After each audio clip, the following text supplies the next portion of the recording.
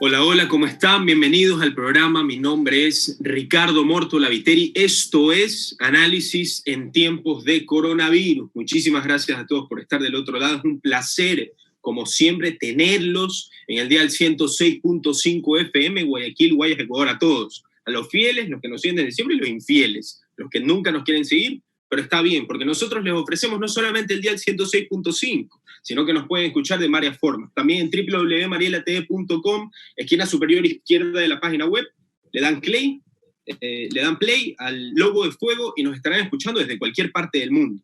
Con tal de contar con Wi-Fi, nos pueden escuchar desde cualquier dispositivo, cuando quieran y como quieran. También www.marielatv.com, por supuesto, pueden leer la sexta edición de Revista Mariela News, que es la mejor revista digital del país, con la mejor editorial del país, que ya está trabajando para la séptima edición. Así que, por favor, vayan a leerlo. Por supuesto, gracias a los que siempre nos siguen en Facebook. Cada día subimos más en visualizaciones, y yo creo que subimos más de visualizaciones no porque yo esté mejorando, yo qué sé, yo creo que es por los entrevistados, ¿sí saben? Y yo creo que hoy día podríamos batir récord de visualizaciones porque tenemos un fantástico invitado que lo voy a presentar en este preciso momento, que es el señor Fausto Ortiz, analista económico y ex ministro de Finanzas. Señor Ortiz, muchísimas gracias por la entrevista. Bienvenido a nuestra casa, Radio Fuego.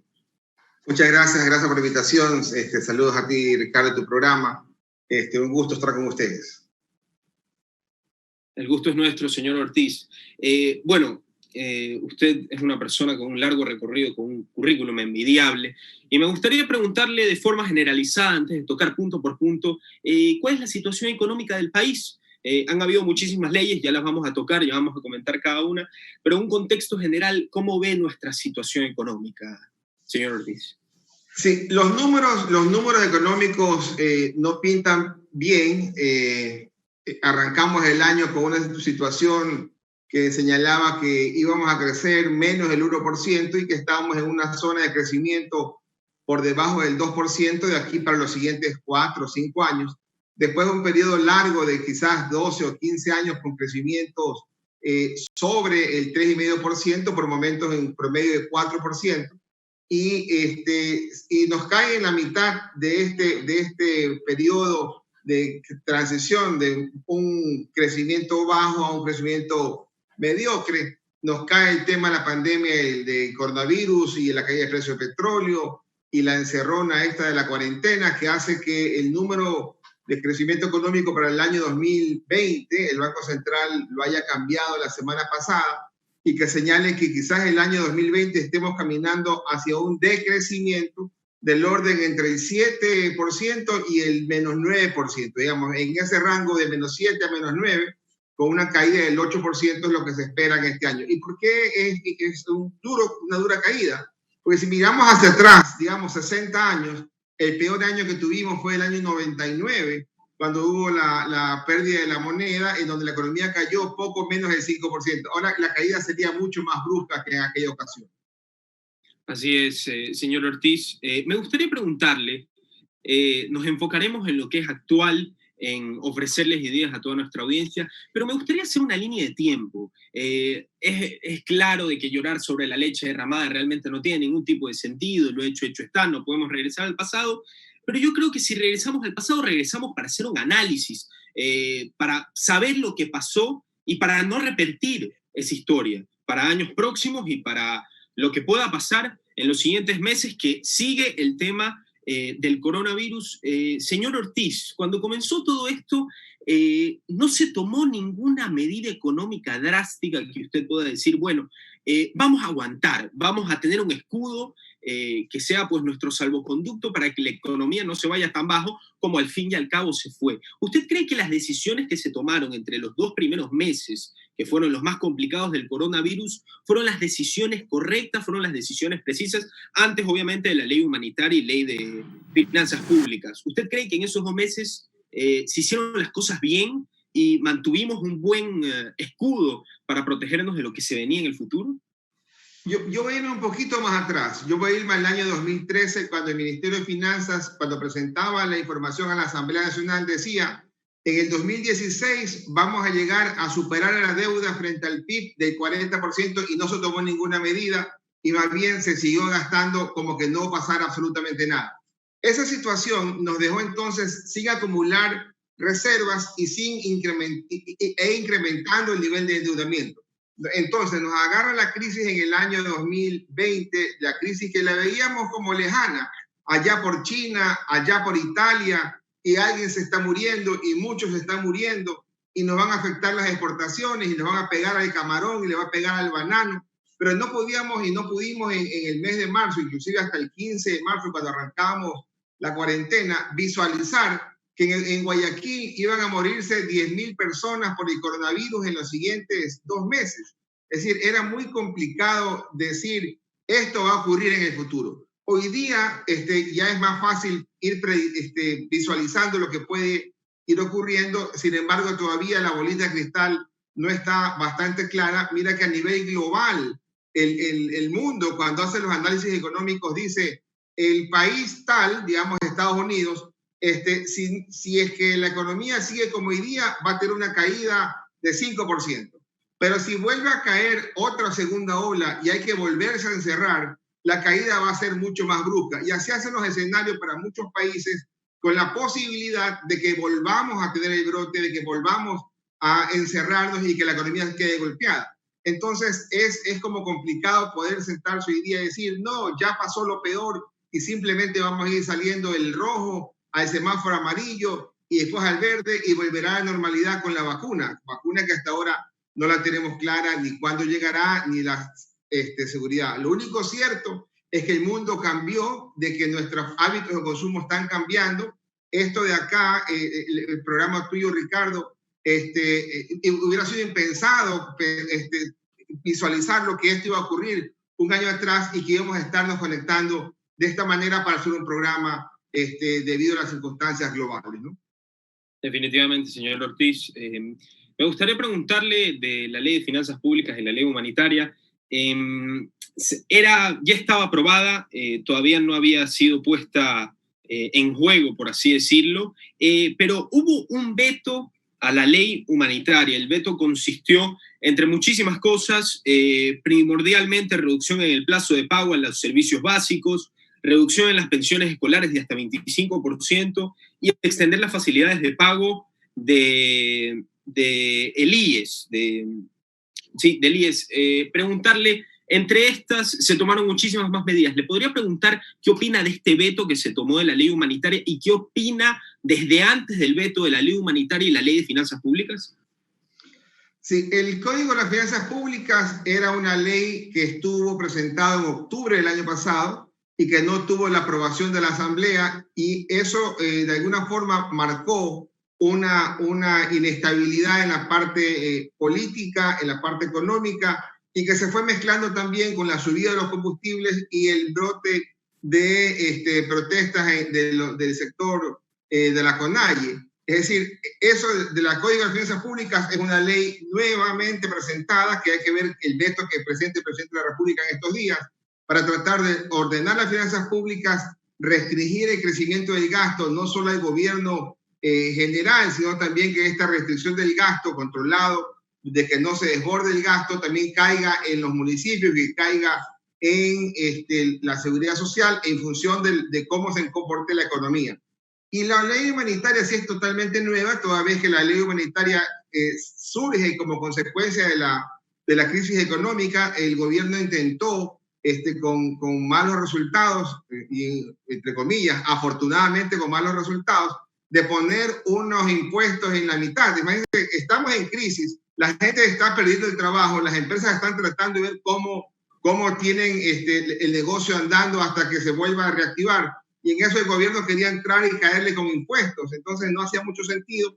El gobierno se da cuenta, lee lo que estaba ocurriendo alrededor de la aprobación, excluye el tema de impuestos, la ley es aprobada con las completas, por ahí con un voto, 2 votos, y luego hoy día el presidente de la República envía una reforma, el veto, que trata de simplemente de modificar leves cosas que la Asamblea Nacional tendrá que discutir y seguramente aprobar a la vuelta de los siguientes 30 días que tenemos de tiempo para que esa ley se vuelva aprobada en la Asamblea y ley de la República. Economista Ortiz, le pregunto, ¿qué hubiera modificado usted de esa ley humanitaria propuesta. Sí,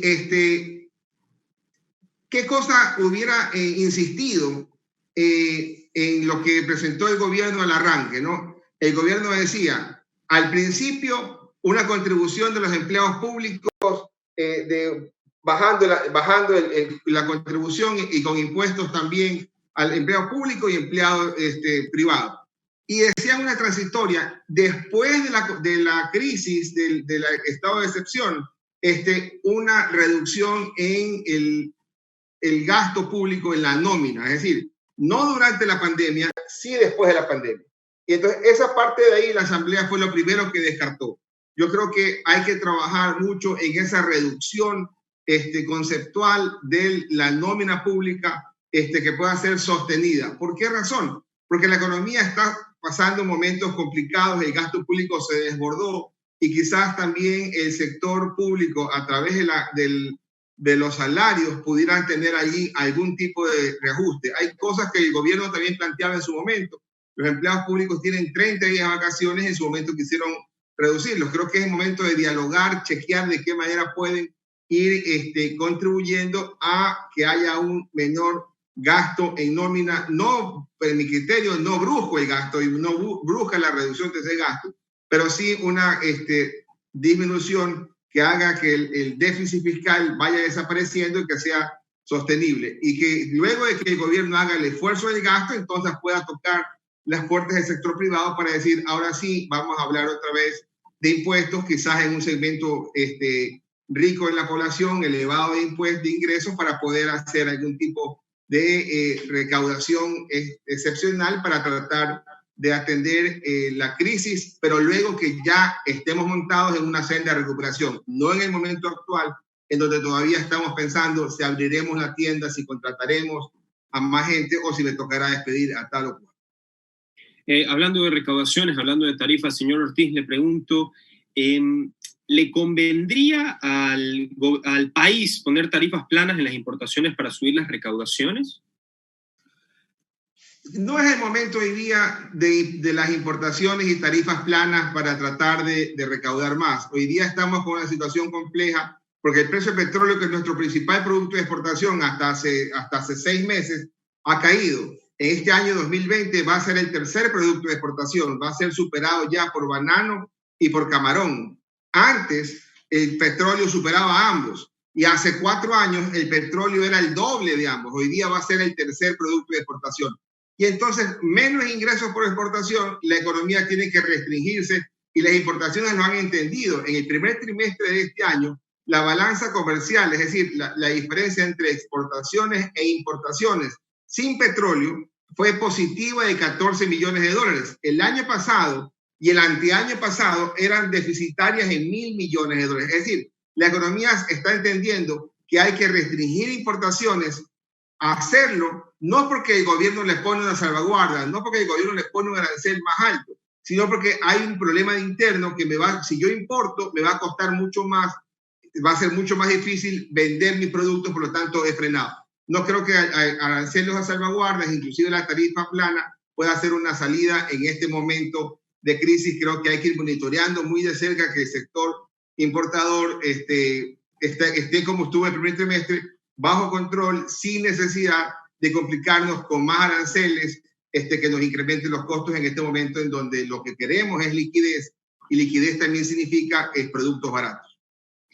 Economista, como usted sabe, este programa es de muchísimas opiniones. Hemos tenido grandes personalidades como usted de la economía, también de la política. Uno de esos que yo recuerdo, y por eso se me viene esta pregunta, es el doctor Lenín Hurtado.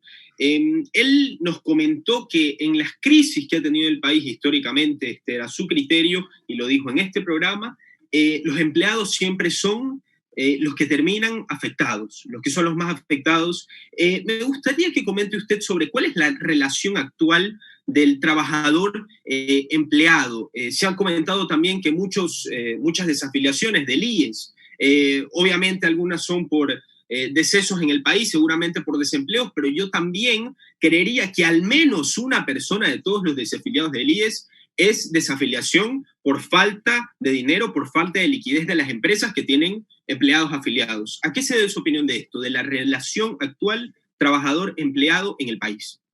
O sea, si uno dijera de las 200.000 personas que han dejado el Seguro Social porque ya no están afiliados, que es el número que se está manejando de marzo hasta acá, yo me atrevería a decir que más del 90%, quizás hasta el 95%, sea consecuencia de que ha perdido el empleo, ¿ya? Y sea consecuencia de que lo ha perdido el empleo mayoritariamente en el sector privado. No tanto en el sector público, que también podría ser el caso, pero mucho más fuerte es la pérdida en el sector privado. Y no es nuevo, ¿verdad?, que el que más sufra es el sector laboral, porque aparte es el sector mayoritario, digamos, ¿no? Porque no es que hay 100 gerentes de una empresa y un empleado, hay quizás un gerente y hay 100 empleados. Entonces el impacto siempre se va a contar mucho más en la parte más baja de la pirámide. ¿Es justo o no? Yo creo que no es justo. No es justo que tengas que liquidarlo en esta coyuntura en donde te dicen, mira, por fuerza mayor tengo que liquidarte y no darte lo que te corresponde por ley si te hubiera liquidado hace 3 meses. Yo creo que esa parte habrá que irla discutiendo. Los empleados tendrán posibilidad de defenderse, tienen un periodo de tiempo importante, quizás 3 años, para poder argumentar que ha sido afectado su estabilidad y su bienestar. Pero no es menos cierto que algunas empresas están en la disyuntiva. ¿Cierro estas tiendas y salvo el negocio restante o no hago nada y quiebro con todo el negocio? Y al final, en vez de afectar a un grupo de empleados pequeños, terminará afectando a la gran mayoría. La situación es complicada. No es tan fuerte el impacto de la crisis en el 2020 como fue en el 99. En el 99 se nos llevaron todo el patrimonio, se nos llevaron todo el sueldo, se nos llevaron todo el valor de nuestras propiedades. Tan fuerte fue el impacto que casi 2 millones de personas pudieron o tuvieron que salir a buscar mejores vías en el extranjero. La situación hoy día es distinta, hay estabilidad cambiaria porque tenemos una moneda dura que es el dólar.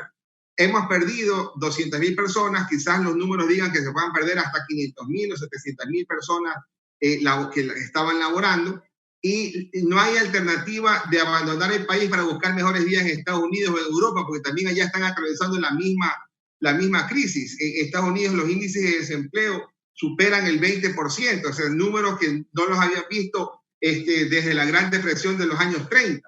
Entonces, el mundo está con una crisis fuerte. El asunto es que ojalá el Estado pudiera dar apoyo a aquellas personas que están perdiendo su trabajo. Algo hay en la ley humanitaria para hacer mucho más ágil el tema del desempleo, el seguro de desempleo, de seguro social, la cesantía y alguna otra contribución adicional del gobierno. Y ojalá las condiciones se fueran dando para mejores días y la gente pueda volver a contratar a las personas que están perdiendo el día de su trabajo. Así es, economista. Pero me parece interesante, muchísimas personas han mostrado su molestia en la sociedad ecuatoriana. Principalmente, varios entrevistados me han dicho de que pagarle al fisco como una de las primeras medidas para salir de la crisis no es lo correcto.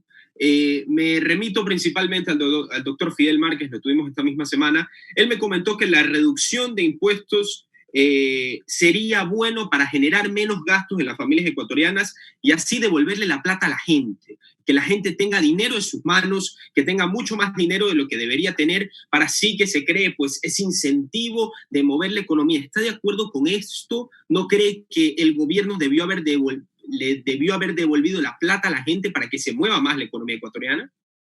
A ver, es que como concepto está por ahí sonando bien, pero la realidad te dice otra cosa. ¿Quiénes son los que más pagan impuestos? ¿Un número enorme de ciudadanos o un número reducido de ciudadanos? En los impuestos a la renta lo pagan un número reducido de ciudadanos y no lo paga la gran cantidad, el grueso de la pirámide, de la parte inferior. Tanto no lo pagan que para pagar impuestos debes ganar arriba de 13.000 o 14.000 dólares en el año, ¿ya? Entonces, y esa cantidad deja por fuera un buen número de ciudadanos que tienen el trabajo con el básico o un poquito más que el básico o el doble del básico. Entonces, el impuesto a la renta, que es el impuesto que debería ser el llamado a contribuir para que los que más tengan, más puedan apoyar, y ojalá eso se pueda hacer un poco más adelante cuando ya la crisis se empiece a superar. ¿Y cuál es el otro impuesto entonces que queda para tratar de darle algo de tranquilidad a las personas? Quizás el IVA, se escucha mucho, bajen el IVA que está en el 12%, pónganlo en el 10% o pónganlo un poco más bajo temporalmente. Yo creo que la coyuntura actual a nivel de gobierno no le permite ir en esa ruta. Ya el gobierno este año va a perder $2.000 millones en impuestos por la menor actividad económica. Hemos cambiado el hábito de consumo. Si uno dijera a la gente, ¿qué estás gastando? Yo estaría casi seguro que la gente dice, 60% de lo que estoy gastando está gastándose en comida y en medicina, sectores que seguramente no tienen IVA y que de alguna forma estamos beneficiados, entre comillas, de no estar pagando impuestos en ese sector. Y el asunto acá es cómo logramos que la gente pueda tener el campo en funcionamiento, el sector agrícola, que es el que nos ha salvado la campana, porque el sector agrícola es el que sigue dándonos los alimentos y los productos que están en la mesa todos los días en nuestros hogares. El sector de exportación, ojalá el sector de turismo, que puedan tener algún tipo de ventaja. ¿Y qué se le podría dar a la gente para que se sienta alivio? Yo creo que nos causa un poco de molestia que dicen, a Colombia estamos exportando energía eléctrica y la estamos exportando a 2, 4, 6 centavos el kilovatio, por poner una cifra. Y en cambio, internamente pagamos la luz a 9, 13, 15, 17, 25 centavos. Entonces, quizás en este periodo de tiempo hay que bajar ese costo para que la gente sienta que la planilla de luz, la planilla de agua, no es tan fuerte. Entonces, el Estado puede entrar ahí a tratar de ayudarnos en esa línea. Y en el caso del cambio de lo que está ocurriendo, en la casa ahora están los muchachos estudiando, en la escuela hay más luz, hay más gasto que se está haciendo y que también eso la gente sentiría un alivio. Por ahí el gobierno podría dar algún espacio de apoyo, a diferencia de los países vecinos. Ellos dicen, yo voy a destinar 5% de mi Producto Interno Bruto, 7% de mi Producto Interno Bruto para ayudar a las empresas y las personas. En Ecuador eso sería como $7.000 millones. Pero en este caso no podemos. El Estado con las completas dice que va a dar $1.000 millones. ¿Y por qué no puede el Estado? Porque dar $5.000 millones significaría tomar $5.000 millones adicionales a los $10.000 millones que tiene que tomar este año para pagar su déficit fiscal, que es enorme. Así es, economista.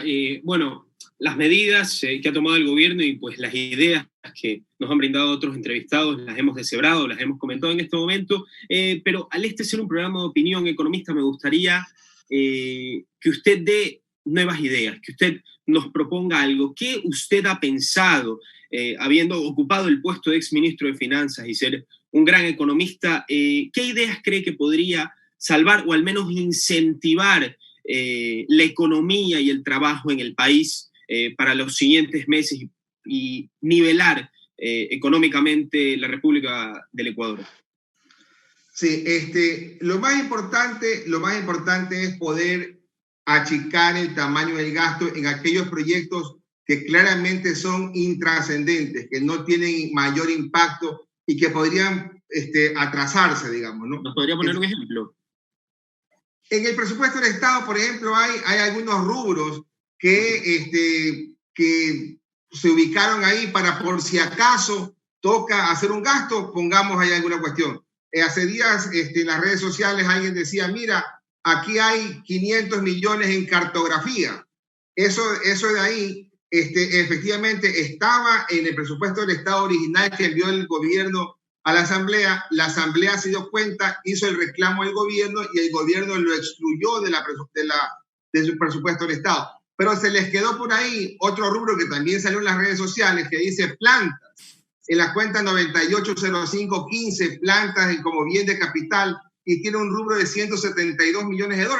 Eso también debe eliminarse, es decir, hay que ir sincerando el presupuesto del Estado para ir chequeando exactamente cuál es el esfuerzo de reducir el gasto y luego también, ojalá, muchos controles en el tema de las compras públicas para evitar sobreprecios, para evitar corrupción. Eso hay que trabajarlo fuertemente. Y hay otro rubro también por ahí que creo que que soporta mejoras. Hay que pagar cerca de $500 millones por un arbitraje por alguna pelea perdida en el pasado. Yo creo que por ahí también hay espacio de decir, oiga, señor, que te voy a pagar, si bien es cierto el laudo dice que tengo que pagarle en este año, pero pongámonos de acuerdo para yo pagarle el año siguiente y tratar de ir pateando un poco hacia adelante ese tipo de situaciones.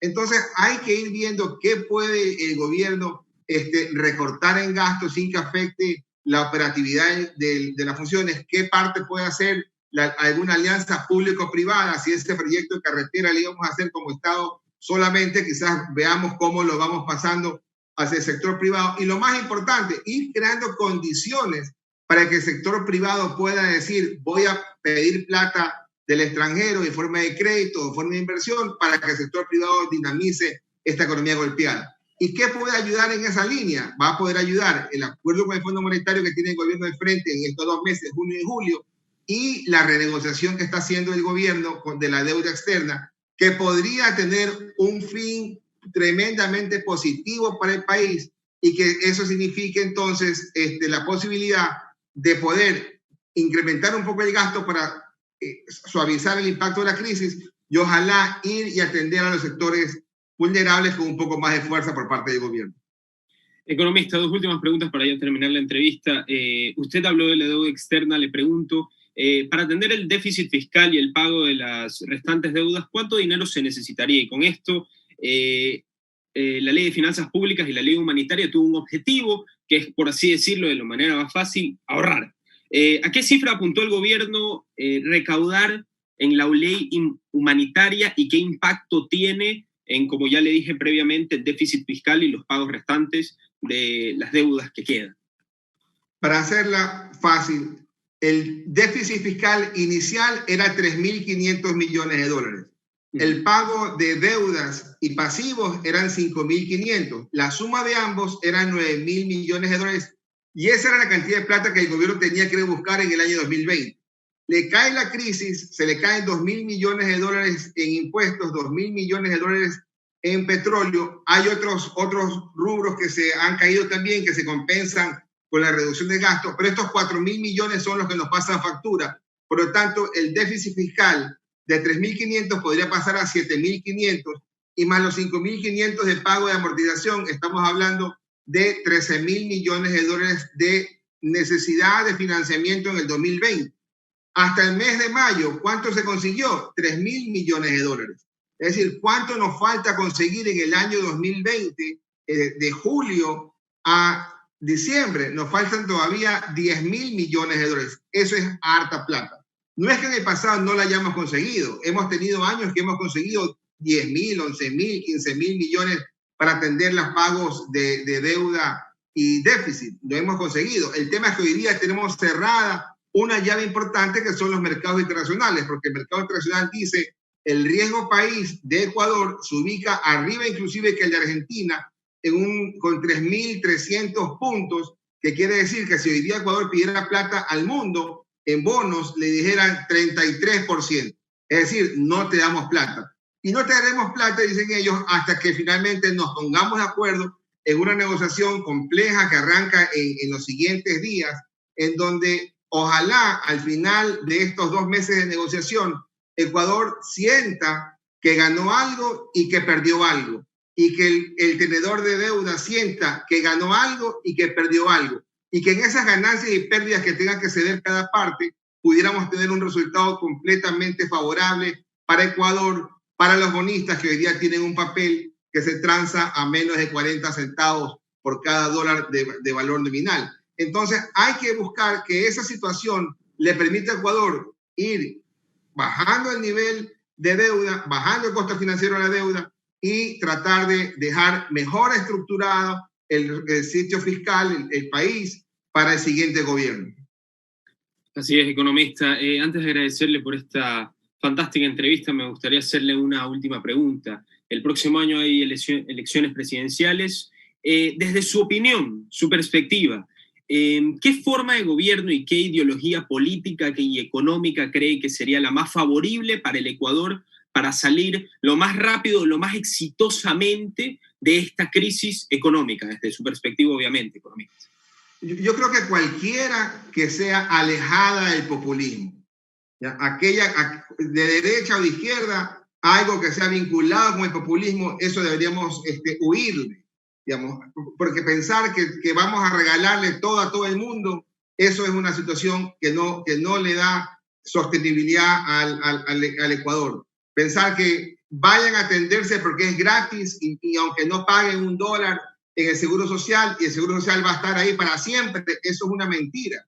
Entonces, cualquier cosa que no sea centrada en el populismo, que sea un grupo de derecha, de izquierda, de centro, que entienda que hay que dejar a un lado el tema fiscal, olvidarse de los problemas fiscales para enfocarse en los temas de fondo que son el crecimiento económico, la agricultura, la exportación, la salud, la educación, el bienestar de los ecuatorianos. Hay que olvidarnos ya del tema económico, pero para que aquello ocurra hay que dejarlo ya encaminado a una situación en donde no tengamos estos crecimientos bruscos todos los años del endeudamiento, que a la larga es intereses e impuestos y que no nos dejan operar.